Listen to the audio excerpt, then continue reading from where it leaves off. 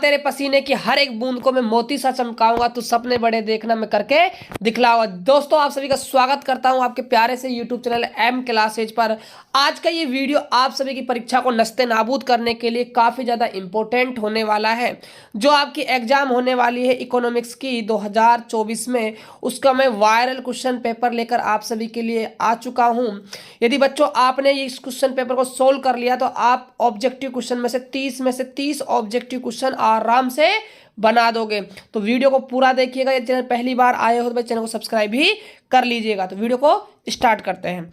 तो पहला क्वेश्चन है बच्चों, समष्टि का क्या अर्थ है। देखिए जो समष्टि होता है इसका अर्थ होता है बड़ा, यानी कि बिग। ऑप्शन नंबर आपका ए बिल्कुल सही हो जाएगा। बात करते हैं अगले क्वेश्चन की। पूछ रहा है व्यक्तित्व आर्थिक एजेंट कौन है। तो ये होता है बच्चों आपका उत्पादनकर्ता, उपभोक्ता, और ऑप्शन देख लीजिए मजदूर या फिर इनमें से सभी। तो आपका डी ऑप्शन हो जाएगा। तीनों को तीनों बच्चों इसके अंदर होंगे। बात की जाए क्वेश्चन नंबर 3 की। पूछ रहा है आपसे आधुनिक अर्थशास्त्र के जनक कौन माने जाते हैं। तो ये हमारे माने जाएंगे एडम स्मिथ, यानी कि ऑप्शन नंबर बच्चों हमारी ए चली जाएगी। बात करते हैं अगले क्वेश्चन की। पूछ रहा है उद्यमिकी का कार्य क्या होता है। तो प्यारे बच्चों जो उद्यमी होता है उसका जो प्रमुख कार्य होता है वो फर्म का चलाना होता है, उद्यम से जुड़े जोखिम लेना भी होता है, पूंजी की पूर्ति करना भी होता है। डी ऑप्शन आपका बिल्कुल सही हो जाएगा इनमें से सभी। बात की जाए अगले क्वेश्चन की। तो आपसे पूछ रहा है जिस दर या फिर मूल्य पर श्रम का क्रय विक्रय होता है उसे क्या कहते हैं। उसे कहा जाता है मजदूरी। क्या कहते हैं? मजदूरी कहते हैं। ऑप्शन नंबर सी चला जाएगा। अगला क्वेश्चन है समष्टि अर्थशास्त्र में आर्थिक भूमिका अदा करने वाले कौन हैं। तो इसके अंदर जो भूमिका अदा करने वाले होते हैं प्यारे दोस्तों वो हमारे होते हैं राज्य भी होता है और हमारा वैधानिक निकाय जैसे भारतीय रिजर्व बैंक भी होता है। इसीलिए हमारा ऑप्शन हो जाएगा डी, केवल ए और बी दोनों। बात की जाए अगले क्वेश्चन की। पूछ रहा है इनमें कौन पूंजीवादी अर्थव्यवस्था का अभिलक्षण नहीं है। तो इसके अंदर आ जाएगा योजना बनाना बच्चों। ऑप्शन नंबर सी हो जाएगा। यदि दोस्तों वीडियो अच्छा लग रहा हो तो यार प्लीज चैनल को आप सब्सक्राइब कर लीजिए, क्योंकि मैं आप सभी के लिए इतना मेहनत कर रहा हूं तो इतना आपका भी फर्ज बनता है कि आप हमें सपोर्ट करो। जितना हो सके ना इस वीडियो को अपने दोस्तों के पास फैला दो। लगा दो बच्चों आग, कहते हैं ना लगा दो आग, क्योंकि एग्जाम पास में है बच्चों और हमें एग्जाम को फोड़ना है। ठीक है, अगला क्वेश्चन देखिए। इनमें कौन उत्पादन का कारक है। तो बताइए कौन उत्पादन का कारक है। तो क्या है आपका श्रम। जितनी ज़्यादा आप श्रम करोगे, मेहनत करोगे, उतना ही ज़्यादा आप क्या मिलने वाला है भाई, उत्पादन मिलने वाला है। अगले क्वेश्चन की ओर चलते हैं। पूछ रहा है इनमें कौन पारिवारिक क्षेत्र का कार्य है। तो पारिवारिक क्षेत्र का कार्य क्या है भाई, आय अर्जित करना है। जी बिल्कुल, बचत भी करते हैं, कर का अदा करना है। इनमें से सभी। ऑप्शन आपका डी बिल्कुल सही चला जाएगा। अगले क्वेश्चन की बात करते हैं। पूछ रहा है संसाधन संपन्न अफ्रीका और लैटिन अमेरिका के देशों के विषय में क्या सही है। तो इनका आपका हो जाएगा सब क्या है भाई, गरीब है। ऑप्शन नंबर बी हो जाएगा। अगले क्वेश्चन की ओर चलते हैं। पूछ रहा है उत्पादन का प्रवाह कैसे उत्पन्न होता है। तो इसका जो राइट आंसर है प्यारे बच्चों, संसाधन का उपयोग करके। ऑप्शन नंबर आपका बी हो जाएगा। अगले क्वेश्चन की ओर चलते हैं। पूछ रहा है अंतिम उपभोक्ता द्वारा क्रय की जाने वाली वस्तु क्या कहलाती है।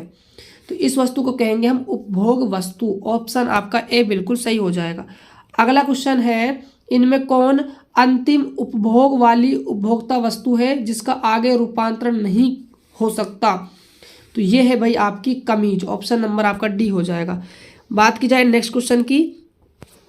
पूछ रहा है पूंजीगत वस्तुओं के उत्पादन में विस्तार से उपभोक्ता वस्तुओं के उत्पादन में क्या परिवर्तन होगा। तो जो परिवर्तन होगा वही वृद्धि होगी। क्या होगी? वृद्धि होगी। बात की जाए अगले क्वेश्चन की। पूछ रहा है सकल घरेलू उत्पाद जीडीपी की गणना के लिए व्यय विधि का कौन सा समीकरण है। तो याद रखिएगा जीडीपी की आपको गणना करनी है ना, तो आपको जो इक्वेशन यूज करना पड़ेगा वो होगा आपका ऑप्शन नंबर डी। ध्यान से देख लीजिएगा बच्चों, इस समीकरण का आप यूज करके जीडीपी की गणना करोगे। अगले क्वेश्चन की ओर बढ़ते हैं। अगला क्वेश्चन है यदि सरकार न हो और विदेशी व्यापार न हो, अर्थात ये समीकरण दी हुई है, तो कौन सा कथन आपका सही होगा। तो ये आपको बताना है। तो आपका जो कथन है बच्चों फर्स्ट वो बिल्कुल आपका सही हो जाएगा। I=S हो जाएगा। ओके, अगला क्वेश्चन देखिए। सकल घरेलू उत्पाद के मूल्यांकन में मजदूरी ब्याज, लाभ एवं लगान को किस विधि द्वारा जोड़ा जाता है? तो इसको हमेशा जोड़ा जाता है आय वृद्धि के साथ। ऑप्शन आपका सी हो जाएगा। अगले क्वेश्चन की बात करें, पूछ रहा है आय के वर्तुल्य प्रभाव में समस्त उत्पादित अंतिम वस्तुओं एवं सेवाओं पर किया गया वे किसके बराबर होता है? तो ये होता है हमारा समस्त उत्पादित अंतिम वस्तुओं एवं सेवाओं के मूल्य के। ऑप्शन आपका बी बिल्कुल सही हो जाएगा। अगले क्वेश्चन की ओर बढ़ते हैं, पूछ रहा है फर्म के उत्पादन का मूल्य फर्म द्वारा प्रयुक्त मध्यवर्ती वस्तुओं का मूल्य किसके बराबर होता है? तो ये हमारा होता है फर्म का मूल वर्धित। ऑप्शन नंबर आपका ए हो जाएगा। अगले क्वेश्चन की ओर बढ़ते हैं, आपसे पूछ रहा है एक ब्रेड का मूल्य 50 रुपये है, जिसमें 25 रुपये मूल्य का गेहूं आगत के रूप में उपयोग किया गया है, तो बेकर का ब्रेड के उत्पादन में निवल योगदान कितने रुपए का है? तो ये आपका एक कह सकते हैं बच्चों न्यूमेरिकल क्वेश्चन है। इसमें आपका क्या आ जाएगा, 25 रुपये आ जाएगा। आप क्या करना है, 50 माइनस आपको 25 करना है, तो आपको 25 आंसर मिल जाएगा। ऑप्शन ए हो जाएगा। अगले क्वेश्चन की ओर बढ़ते हैं, पूछ रहा है सकल घरेलू उत्पाद इक्वल टू प्रश्नवाचक चिन्ह है मूल्यह्रास। तो बताइए इस प्रश्नवाचक चिन्ह के स्थान बच्चों क्या आएगा?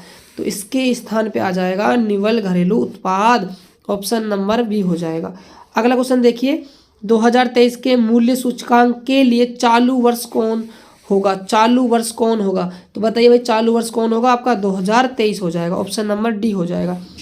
अगले क्वेश्चन की ओर बढ़ते हैं, पूछ रहा है थोक मूल्य सूचकांक में किस वस्तु के मूल्य को शामिल किया जाता है? तो इसके अंदर जो शामिल किया जाता है वो थोक बाजार में बिकने वाली वस्तुएं होगा। ऑप्शन आपका सी बिल्कुल सही हो जाएगा। अगले क्वेश्चन की ओर बढ़ते हैं, पूछ रहा है घरेलू सीमा के अंतर्गत सृजित सभी अंतिम वस्तुओं एवं सेवाओं के मूल्य का योग क्या कहलाता है? तो ये हमेशा कहलाएगा आपका सकल राष्ट्रीय उत्पाद। ऑप्शन आपका बी हो जाएगा। अगले क्वेश्चन की ओर बढ़ते हैं, मौद्रिक सकल घरेलू उत्पाद एवं वास्तविक सकल घरेलू उत्पाद का अनुपात क्या कहलाता है? तो इसका जो अनुपात है वो हमेशा कहलाएगा बच्चों, याद रखिएगा, सकल घरेलू उत्पाद अवस्फीतिक। ऑप्शन बी आपका सही चला जाएगा। अगला क्वेश्चन देखिएगा, पूछ रहा है यदि व्यक्तिगत आय में व्यक्तिगत कर एवं गैर कर अदायगी जैसे आयकर को घटा देते हैं तो हमें क्या प्राप्त होता है?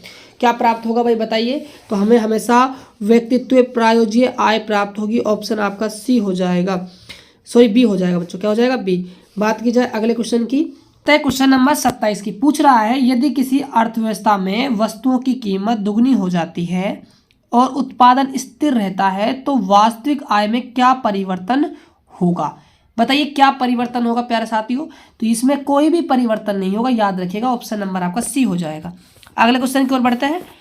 अगला क्वेश्चन में पूछ रहा है यदि किसी देश का वर्ष 2020 में सकल घरेलू उत्पाद 1400 करोड़ था, जो वर्ष 2023 में बढ़कर 1950 करोड़ हो गया, तो सकल घरेलू उत्पाद अवस्फीति क्या होगा?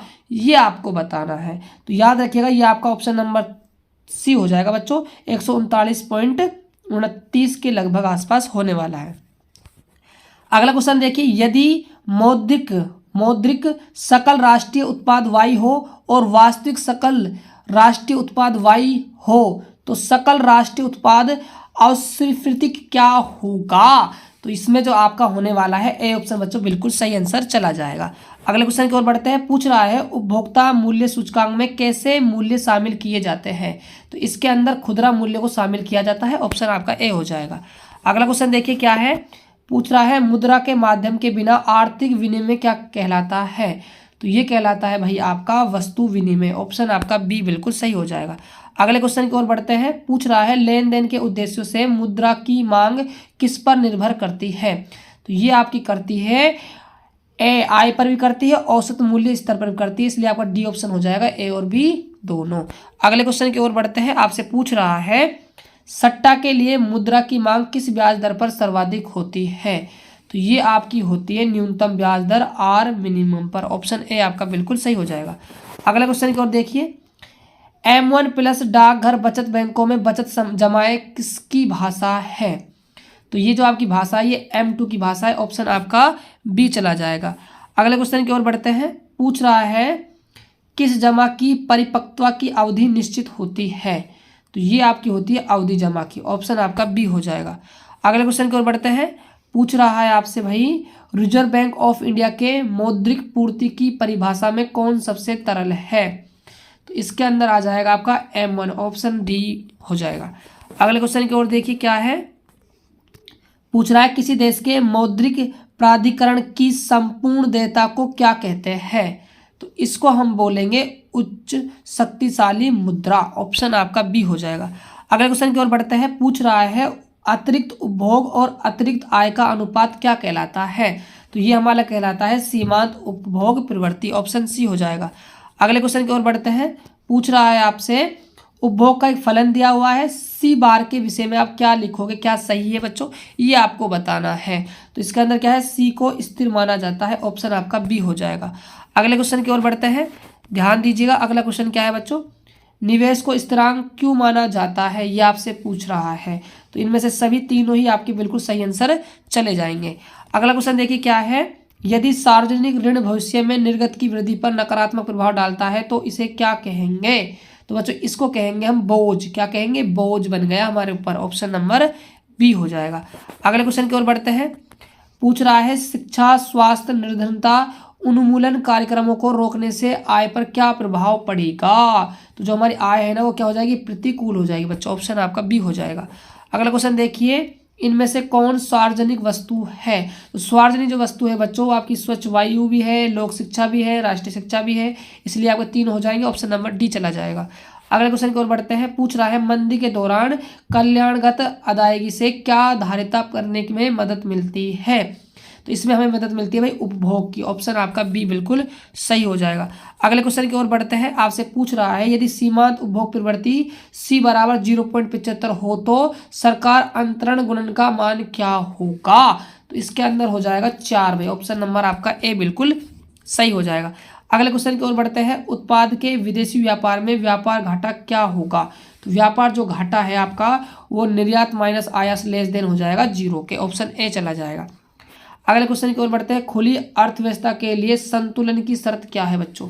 संतुलन जो शर्त है आपका वो हो जाएगा ऑप्शन नंबर ए। अगले क्वेश्चन की ओर बढ़ते हैं, तो अगले क्वेश्चन में आपसे पूछ रहा है किस विदेशी विनिमय दर व्यवस्था में केंद्रीय बैंक हस्तक्षेप करता है? तो इसमें करता है नमनीय विनिमय दर, ऑप्शन आपका सी बिल्कुल सही चला जाएगा।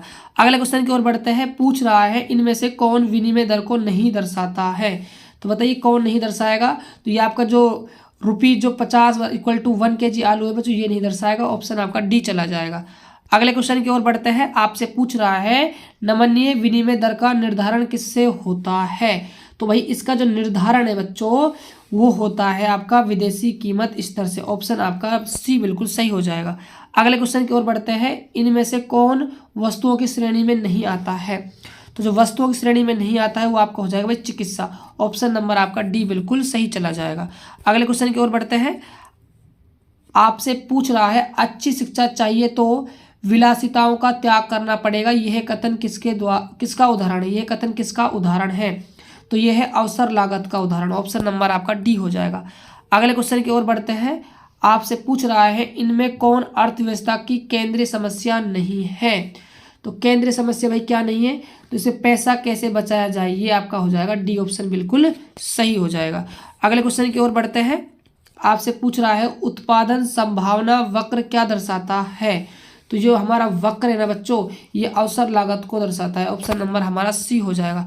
अगले क्वेश्चन की ओर बढ़ते हैं, पूछ रहा है इनमें कौन विशिष्ट अर्थशास्त्र का विषय वस्तु है? तो यह है अर्थव्यवस्था में मूल्य स्तर, ऑप्शन नंबर आपका डी हो जाएगा।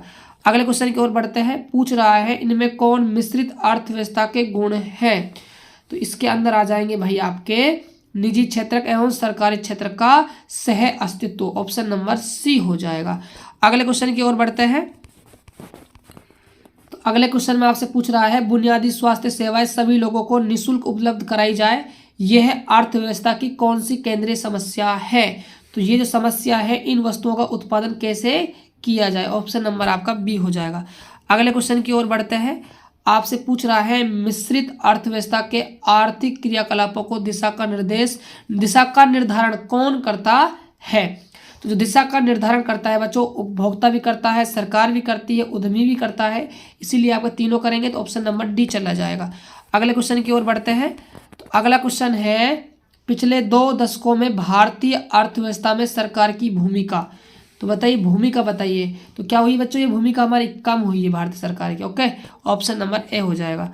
अगले क्वेश्चन की ओर बढ़ते हैं। अर्थशास्त्र में व्यक्तियों को व्यवहार का अध्ययन किस शाखा द्वारा किया जाता है। तो ये किया जाएगा आपका व्यष्टि अर्थशास्त्र द्वारा। ए ऑप्शन आपका वही बिल्कुल सही आंसर हो जाएगा। बढ़ते हैं अगले क्वेश्चन की ओर। पूछ रहा है, इनमें कौन बजट सेट की सही परिभाषा है। तो बताइए सही परिभाषा कौन सी है। तो जो आपका फर्स्ट ऑप्शन है प्यारे लाडलो, ये आपका बिल्कुल सही सेट हो जाएगा। बात करते हैं नेक्स्ट क्वेश्चन की। तो अगला क्वेश्चन है, आपको एक बजट रेखा दी हुई है, ये क्या है भाई, ये आपको बताना है। तो याद रखिएगा प्यारे बच्चों, ये आपका क्या है, वाई प्रतिच्छेद है। ऑप्शन नंबर आपका बी चला जाएगा। अगले क्वेश्चन की ओर बढ़ते हैं। पूछ रहा है, यदि केवल वस्तु x1 के मूल्य में परिवर्तन होता है तो बजट रेखा को क्या होगा।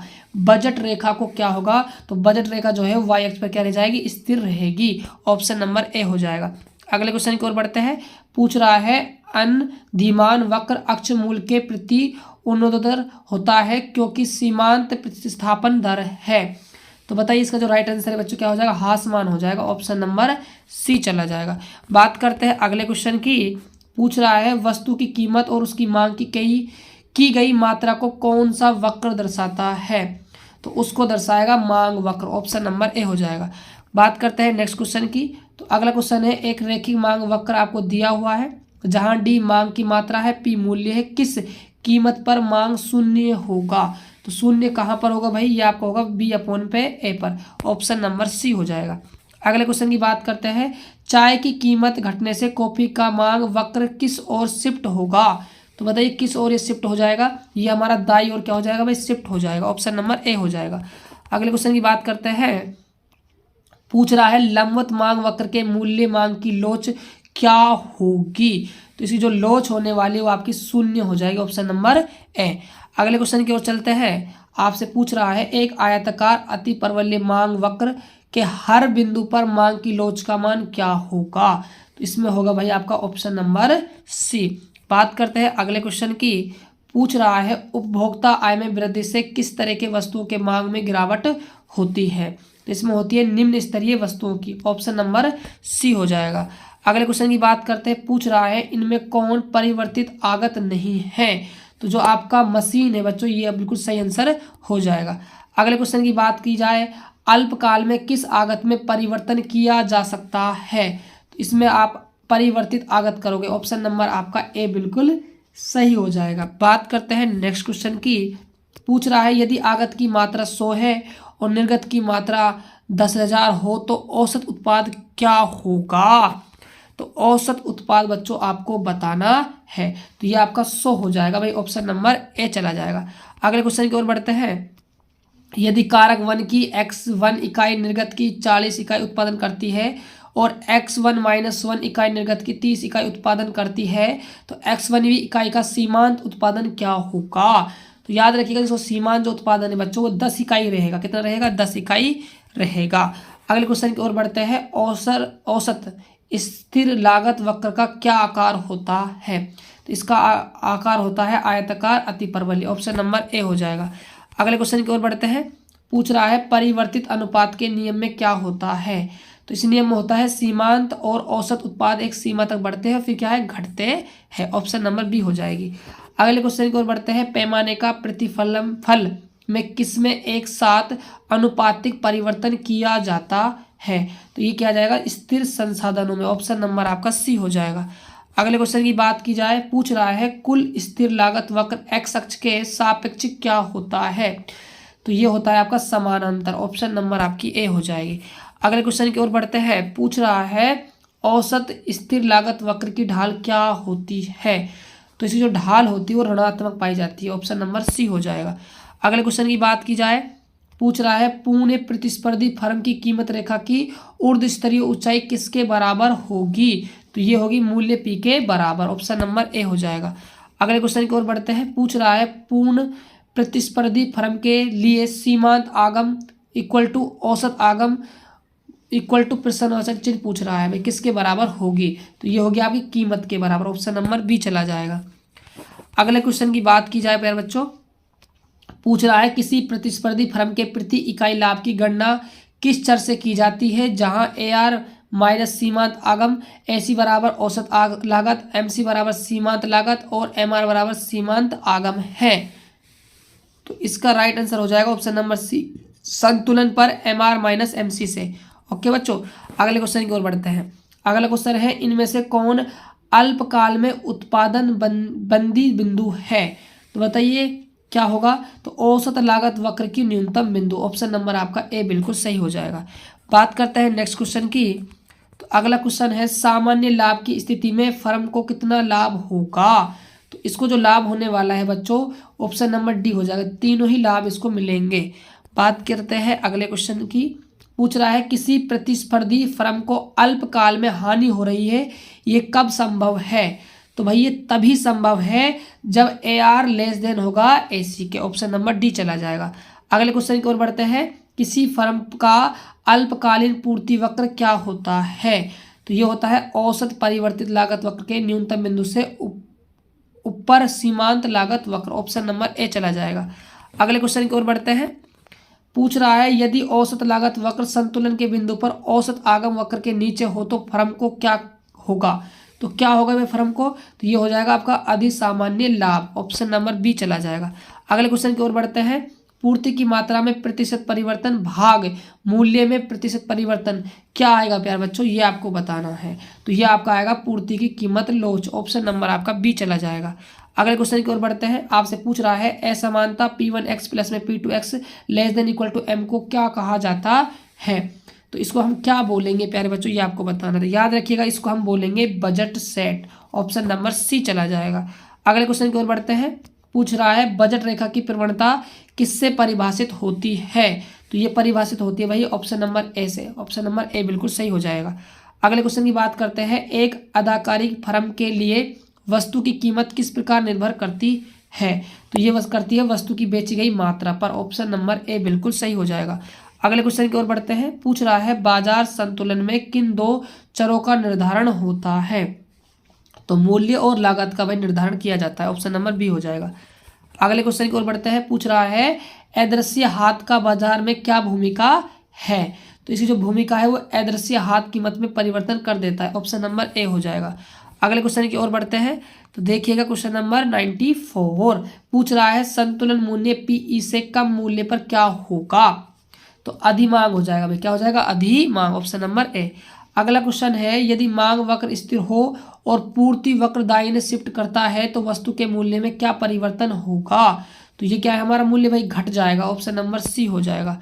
बात करते हैं अगले क्वेश्चन की, तो पूछ रहा है यदि प्रतिस्पर्धी फर्मों की कीमत न्यूनतम औसत लागत के बराबर हो तो क्या होगा, तो ये हमारा क्या होगा नए फर्मों का प्रवेश होगा, नई फर्मों क्या होगा विनिर्गमन होगा, ऑप्शन नंबर सी हमारा बिल्कुल सही हो जाएगा। अगले क्वेश्चन की बात करते हैं, पूछ रहा है काला बाजारी की समस्या कब उत्पन्न होती है, यदि P संतुलन मूल्य है और P1 कोई उच्चतम निर्धारित कीमत है, तो इसका जो राइट आंसर है बच्चों आपका हो जाएगा ऑप्शन नंबर सी। बात करते हैं अगले क्वेश्चन की, पूछ रहा है एकाधिकार का औसत से प्राप्ति वक्र उसका क्या कहलाता है, तो वो कहलाएगा आपका मांग वक्र, ऑप्शन नंबर बी हो जाएगा। अगले क्वेश्चन की बात करते हैं, पूछ रहा है एकाधिकारी फर्म का विहित मात्रा में बेचने का निर्णय किस कीमत पर संभव है, तो ये आपका है किसी भी कीमत पर संभव, ऑप्शन नंबर सी हो जाएगा। बात करते हैं बच्चों लास्ट एंड फाइनल क्वेश्चन की, क्वेश्चन नंबर 100 की, तो देखिए आपसे पूछ रहा है जब सीमांत सह प्राप्ति शून्य होती है तो कुल सह प्राप्ति क्या होती है, तो ये क्या है आपकी भाई सर्वाधिक हो जाती है, ऑप्शन नंबर आपका बी बिल्कुल सही हो जाएगा। तो बच्चों ये थे आपके 100 इंपोर्टेंट ऑब्जेक्टिव क्वेश्चन, बच्चों 100% गारंटी है यहीं से बच्चों आपके एग्जाम में क्वेश्चन पूछा जाएगा, तो जितना हो सके आप इस वीडियो को प्लीज़ शेयर कर दीजिएगा अपने दोस्तों के पास, और चैनल पहली बार विजिट किए हुए चैनल को सब्सक्राइब आप जरूर कर लीजिए, क्योंकि मैं आप सभी के लिए इतनी मेहनत करता हूं, तो आपको इसका तो कह सकते हैं बच्चों इतनी मेहनत आपके लिए की जा रही है, तो यार कुछ तो आप भी कर सकते हो, चैनल को लाइक कीजिए, सब्सक्राइब कीजिए और वीडियो को शेयर कीजिए। तो मिलते हैं और एक बेहतर वीडियो के साथ, तब तक के लिए जय हिंद, वंदे मातरम।